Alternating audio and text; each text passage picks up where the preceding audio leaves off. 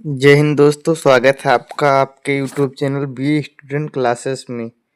तो आज हम ऐसे टॉपिक पर चर्चा करने वाले हैं जिसका नाम सुनते ही आधे से ज़्यादा स्टूडेंट जर जाते हैं, और वो है हमारा इंग्लिश ग्रामर। जी हाँ दोस्तों, वो है हमारा क्या, इंग्लिश ग्रामर।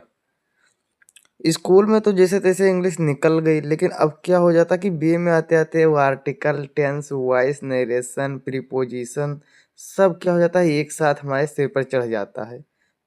कोई सोचता है इंग्लिश मीडियम वालों के लिए है, तो कोई कहता है ग्रामर हमारे बस की बात नहीं है। और नतीजा क्या होता है कि एग्जाम में सबसे पहले क्या होता है, यहीं से नंबर कट जाते हैं। लेकिन भाई अब ऐसा कुछ नहीं होगा, क्योंकि इस वीडियो के सीरीज में हम पढ़ने वाले हैं कि बी फर्स्ट सेमेस्टर का बेसिक ऑफ इंग्लिश ग्रामर का सिलेबस बिल्कुल एकदम बेसिक से देसी भाषा में, समझ लीजिए कि एकदम हिंदी और इंग्लिश मिक्स करके हम लोग पढ़ेंगे, ताकि आप लोगों को ग्रामर समझ में आ जाए और याद रहे, एग्जाम में काम भी आ जाए। तो अगर आप बीए फर्स्ट सेमेस्टर के स्टूडेंट हैं तो ये वीडियो आपके लिए ही है। और चलो डर को ख़त्म करते हैं और ग्रामर को आसान बनाते हैं। तो चलिए शुरू करते हैं BA first semester basic of English grammar. तो देखिए, सबसे पहले आप लोगों को यहाँ पर क्या पढ़ना पड़ेगा, नाउन पढ़ना पड़ेगा। नाउन यानी कि संज्ञा। तो जैसे कि आप लोग को पता होगा कि किसी के नाम को, किसी भी वस्तु, स्थान अथवा किसी व्यक्ति के नाम को ही हम लोग संज्ञा कहते हैं। लेकिन ये तो रहा था वो पांचवे लेवल तक, मतलब क्लास 5 तक या 8 तक समझ सकते हो। उसके बाद क्या हुआ, नाउन में बहुत कुछ आने लगा, जैसे गुड हैबिट हो गया, और किसी की व्यवहार हो गया। ये सब कुछ क्या आने लगा, यहाँ पर नाउन में आने लगा। तो यहाँ पर आपको प्रॉपर नाउन पढ़ना पड़ेगा, कॉमन नाउन पढ़ना पड़ेगा, कलेक्टिव यानी संख्यात्मक, और एब्स्ट्रैक्ट नाउन, ये सब आप लोग को पढ़ना पड़ेगा। फिर क्या आ गया कि प्रोनाउन क्या हुआ कि संज्ञा के स्थान पर प्रयोग किए जाने वाले वर्ड जो थे, उन्हें हम लोग क्या सर्वनाम की संज्ञा दे दी। यानी कि जैसे कि एक शब्द है, अब जैसे हिंदी और इंग्लिश में दोनों में बताऊंगा कि जैसे राम जाता है, राम जाता है, ये हो गया हमारा हिंदी में। राम, चलिए राम जा रहा है, is going, Ram is going लिख लीजिए। तो इसमें राम क्या हो गया, नाउन हो गया। अब कोई व्यक्ति है, वो क्या कह रहा है कि वह जा रहा है, कौन जा रहा है, राम जा रहा है, तो ही इज गोइंग। तो जो हिज है हमारा, ये किसको प्रदर्शित कर रहा है, तो ये जो हमारा ही है, ये हमारा किसको प्रदर्शित कर रहा है, राम को। तो यानी कि राम को बोध कर रहा है। तो जो ऐसे शब्द जो किसी संज्ञा की तरफ इंगित करें या मतलब संकेत दें, तो उसे क्या कहते हैं, हम प्रोनाउन कहते हैं। तो आप लोग ये लिख लेना, ये word which used for noun या प्लेस ऑफ नाउन, तो उसे वी कॉल्ड दिस प्रोनाउन। तो ये आप लोग लिख सकते हैं। और नाउन की तो आप लोग को पता ही होगा कि ये noun is the name of a person, place और थिंग्स। तो ये तो थी तब की बात 8वीं तक, बाद में तो आप लोग को पता ही चला। फिर क्या, एडजेक्टिव यानी कि विशेषण। विशेषण क्या होते हैं कि जो संज्ञा की या किसी भी मतलब वस्तुओं की, मतलब समझ लीजिए संज्ञा की ही, जो क्या बताएं, विशेषता बताएं। कि जैसे क्या है कि बीए के छात्र बहुत मेधावी हैं। क्या हैं, बीए के छात्र बहुत मेधावी हैं। All students of BA is very clever, समझ बोल दीजिए क्लेवर। तो क्या है कि जो बीए के छात्र हैं वो सभी बहुत मेधावी हैं। तो यहाँ पर मेधावी किसके लिए उपयोग किया जा रहा है, बीए के छात्रों के लिए किया जा रहा है। तो भाई बीए के छात्र हो तो फटाफट अब लाइक करो, नए हो चैनल पर तो चैनल को सब्सक्राइब करो, और दिल ठोक के कमेंट मारो यार, दिल ही दिल दिखना चाहिए कमेंट में, क्योंकि आप लोगों के बहुत ही ज़्यादा कमेंट्स के अनुसार मैं आप लोगों के लिए लेकर आ गया हूँ अब इंग्लिश का सिलेबस। और हाँ, ऐसा नहीं कि इंग्लिश बंद हो जाएगी, इंग्लिश आप लोगों को सिलेबस आया है तो यहाँ पर यूनिट बाय यूनिट चलेगी भी। आप लोग सेकंड सेमेस्टर के लिए कर सकते हैं या फिर अपने दोस्तों को बता देना, क्योंकि यहाँ पर इंग्लिश चलने वाली हो। अगर आप लोग कमेंट कर दो तो कल से मैं इंग्लिश स्टार्ट ही कर दूँ एकदम से बेसिक से। अब चलिए क्या करते हैं, वर्ब। वर्ब क्या है, जो मतलब क्रिया हो। संज्ञा क्या कर रहा है, जैसे क्रिया, जैसे मैंने बोला था कि राम जा रहा है, तो राम क्या कर रहा था, तो राम जा रहा था, तो जा रहा क्या हो गया। इसमें दो प्रकार के मेन मतलब वर्ब आते हैं, एक जाना हो गया, क्या हो गया, एक क्रिया हो गई, और एक ऑक्सिलरी वर्ब यानी कि इज, जो इसे मैंने लगाया था, ये भी क्या पता बता रहा है कि क्या हो रहा है। ऑक्सिलरी वर्ब हो रहा है कि जैसे बीत गया, कि हो रहा है या होगा, तो इसे ऑक्सिलरी वर्ब बोलते हैं। वैसे बहुत ही सरल है, आप लोग यदि समझे तो इंग्लिश समझ जाए तो सरल है, और ना समझ पाए तो एकदम से समझ लीजिए कि कठिन ही कठिन है। तो फिर एडवर्ब क्या है कि एडवर्ब क्रिया विशेषण हो गया, प्रीपोजिशन यानी पूर्व सर्ग हो गया, और मतलब क्रिया विशेषण मतलब जो क्रिया की विशेषता बताए उसे मतलब बताते हैं, वो हो गया। मतलब क्या हुआ इसमें, आप लोग ये समझ लीजिए, कंफ्यूजन पैदा हो जाएगी। वो जैसे राम तेज दौड़ रहा है, तो राम क्या कर रहा है, तेज दौड़ रहा है। तेज दौड़ना क्या हो गया, एक क्रिया को बढ़ा रहा है, क्रिया को बता रहा है कि दौड़ना, यानी कि फास्ट रन। यहाँ पर राम जो है वो बहुत तेज दौड़ रहा है, तो ये जो तेज है किसके लिए है, ये यहाँ पर दौड़ने के लिए है, ना कि राम के लिए। तो ये आप लोग को अच्छे से पता होना चाहिए।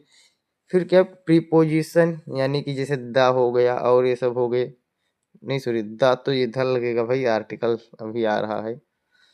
कंजक्शन और इंटरजेक्शन, विस्मय बोधक क्या हो जाता है, जिसमें जिसे ऐसे जो चिन्ह लगाते हैं, आह, हाय, अरे, तो ये क्या हो गया, विस्मय बोधक हो गए।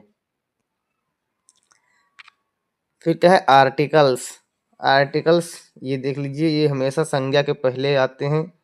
Definite definite and indefinite article uses and omissions, जैसे कहाँ लगाना है कहाँ नहीं लगाना है, ये सब आप लोग को पता ही होगा। नहीं पता है तो चलिए, क्लासेस कुछ दिन में स्टार्ट होने वाली हैं, अभी तो एग्ज़ाम चल रहा है, तो एग्ज़ाम ख़त्म होने के बाद क्लासेस स्टार्ट हो जाएंगी। फिर क्या, हमारा टेंस यानी कि काल, जैसे आप लोग को तो पता होगा कि प्रेजेंट, पास्ट और फ्यूचर तीन टेंस है। तो प्रेजेंट में एक है सिंपल यानी कि जिसे आप लोग बोलते हैं इंडेफिनिट। फिर क्या है, कंटिन्यूअस और परफेक्ट। तो इसी प्रकार से पास्ट में भी है और फ्यूचर में भी है। यहाँ पर आपको पहचान करना रहेगा, स्ट्रक्चर बनाना रहेगा, और एग्जाम्पल्स उसके देने रहेंगे, यानी कि एग्जाम में कैसे भी पूछ सकता है। तो ये आप लोग को ध्यान में रखना पड़ेगा कि कैसे क्या क्या पूछा जाता है। फिर क्या है, सब्जेक्ट वर्ब एग्रीमेंट, यानी कि सब्जेक्ट और वर्ब एग्रीमेंट। यहाँ पर क्या इसका मतलब है कि सिंगुलर प्लुरल बनाना हो गया, आइदर आर नाइदर नार कहाँ पर यूज करना है। फिर कलेक्टिव नाउन रूल्स क्या होते हैं कि किसको संख्यात्मक, जैसे इंफॉर्मेशन होती है सूचना, तो उसको हम इंफॉर्मेशंस नहीं लिख सकते हैं कभी, क्योंकि हमेशा इंफॉर्मेशन जो होती है वो हमेशा मतलब प्लुरल में ही होती है, उसको हम लोग इंफॉर्मेशंस नहीं लिख सकते हैं। या फिर आप लोगों को जैसे एविडेंस, तो एविडेंसेस नहीं लिख सकते हैं हम लोग, जैसे कि सबूत हो गया, तो सबूत, तमाम सबूत नहीं लिख सकते, मतलब बहुत ज़्यादा सबूत, तो एविडेंसेस हम लोग नहीं लिख सकते हैं उसको। तो इस प्रकार से आप लोग को वो भी ध्यान में रखना है।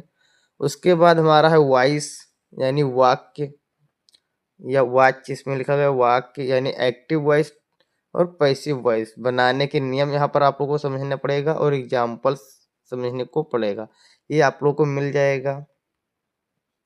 नरेशन यानी कि डायरेक्ट इनडायरेक्ट स्पीच, जैसे कि मैंने बोला कि मैं यह काम कर रहा था, फिर से मैंने जब उसको इनडायरेक्ट रूप में बोला गया तो क्या हुआ कि मेरे द्वारा यह काम किया गया। तो इसमें स्टेटमेंट देना पड़ेगा आप लोगों को, क्वेश्चंस भी रहेंगे, और कमांड यानी कि ऑर्डर, और रिक्वेस्ट यानी कि विनती, दोनों प्रकार से आ जाते हैं। मतलब कई प्रकार से इसमें क्वेश्चन पूर्वक भी आते हैं, क्वेश्चन टाइप के, यानी इंट्रोगेटिव भी आते हैं, स्टेटमेंट तरीके से भी आते हैं। फिर क्या है मॉडल ऑक्सिलरीज, जैसे can, could, may, might, should, must, ought to, will, would, shall. इनका उपयोग कहाँ करना है, इनका उपयोग आप लोग को कहाँ करना है, ये आप लोग को अच्छे तरीके से यहाँ पर पढ़ना पड़ेगा 7वें नंबर यूनिट में। फिर 8वें नंबर यूनिट में आप लोग देख सकते हैं यहाँ पर कि सेंटेंस स्ट्रक्चर यानी वाक्य रचना पढ़ना पड़ेगा। यानी यहाँ पर आप लोग को सिंपल सेंटेंस पढ़ना रहेगा, उसके बाद कंपाउंड सेंटेंस पढ़ना रहेगा और कॉम्प्लेक्स सेंटेंस पढ़ना रहेगा, जिसमें आप लोगों को कॉम्प्लेक्स थोड़ा डिफिकल्ट लगेगा, बाकी तो सिंपल सा ही सब रहेगा। फिर हमारा नेक्स्ट क्या है कि ट्रांसफॉर्मेशन ऑफ सेंटेंसेस, यानी अफर्मेटिव, नेगेटिव, असर्टिव, इंट्रोगेटिव और डिग्री चेंज।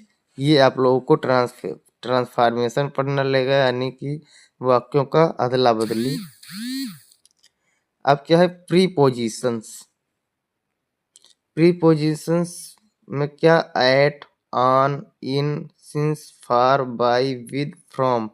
यानी कि एट, ऑन मीन्स पर, सिंस मीन्स कब से, फॉर मीन्स के लिए, बाय मीन्स द्वारा। ये सब प्रीपोजिशंस आते हैं कि किसके द्वारा, कहाँ से, कब से। क्वेश्चन टैग में पॉजिटिव नेगेटिव और नेगेटिव पॉजिटिव ये दोनों पढ़ना रहेगा। फिर कॉमन एरर्स पढ़ने रहेंगी। कॉमन एरर्स में आप लोगों को रॉन्ग वर्ब यानी वर्ब गलत दिया जाएगा, रॉन्ग प्रीपोजिशन भी दिया जा सकता है, या आर्टिकल मिस्टेक हो सकता है, ये नहीं लगाएंगे, दा नहीं लगाएंगे, एन लगाना भूल जाएंगे, तो ये सब आप लोग को कॉमन एरर हो जाएगा। फिर वोकैबुलरी बेसिक्स, यानी कि वोकैबुलरी आप लोग को थोड़ा बहुत पढ़ना रहेगा, सिनोनिम्स, एंटोनिम्स और वन वर्ड सब्स्टिट्यूशन पढ़ना रहेगा। ये चीज़ें आप लोग को बेसिक ऑफ इंग्लिश ग्रामर में पढ़ना ही पढ़ना है, इतना आप लोग को ध्यान में रखना चाहिए। और हाँ, यदि आप लोग लेकिन इतना तैयार कर लेते हो ना, तो आप लोग को एसएससी लेवल के समझ लीजिए तैयारी हो गई। बस एसएससी में थोड़ा सा डिफिकल्ट रहता है, आप लोगों को थोड़ा आसान रहेगा। अब बीए एग्जाम फोकस में क्या क्या आप लोगों को देखना रहेगा, यहाँ पर शॉर्ट क्वेश्चंस देखना रहेगा जो कि मैं प्रोवाइड कर दूंगा। फिल इन द ब्लैंक्स ये भी मैं प्रोवाइड करा दूंगा। करेक्ट द सेंटेंसेस, ये सब कुछ जो इसके एग्जाम्पल होंगे मैं आप लोगों को प्रोवाइड करा दूंगा। ग्रामर बेस्ड एमसीक्यू ज़्यादा नहीं, लेकिन हाँ 30-40 क्वेश्चन प्रोवाइड करवा दूंगा यदि आप लोग कमेंट करते हो तो। और हाँ, इस वीडियो के लिए टारगेट है 100 लाइक्स, देखते हैं कितनी जल्दी आप लोग इसको कंप्लीट करवा पाते हैं। तो आज के लिए इतना ही। और हाँ, एक ज़रूरी सूचना, आप लोगों को यदि ये पीडीएफ चाहिए या किसी भी प्रकार का पीडीएफ चाहिए तो आप लोग हमारे इस नंबर पर कांटेक्ट कर सकते हैं 6392496508। और यहाँ पर आप लोग को फ्री में पीडीएफ प्रोवाइड किया जाएगा। क्या फ्री में पीडीएफ प्रोवाइड किया जाएगा, एकदम से फ्री में, कोई चार्जेस नहीं। पीडीएफ नोट्स वगैरह सब कुछ यहाँ पर आप लोग को मिल जाएगा, कोई भी सिलेबस हो और कोई भी सब्जेक्ट हो और कोई भी सेमेस्टर हो। तो चलिए, आई होप आप लोग को वीडियो पसंद आ गया होगा। और हाँ, इंग्लिश का जो बेसिक ग्रामर था वो आप लोग को एकदम समझ में आ गया होगा क्या क्या पढ़ना रहेगा। तो आज के लिए इतना ही, चलिए मिलते हैं नेक्स्ट वीडियो में, तब तक के लिए जय हिंद, जय भारत।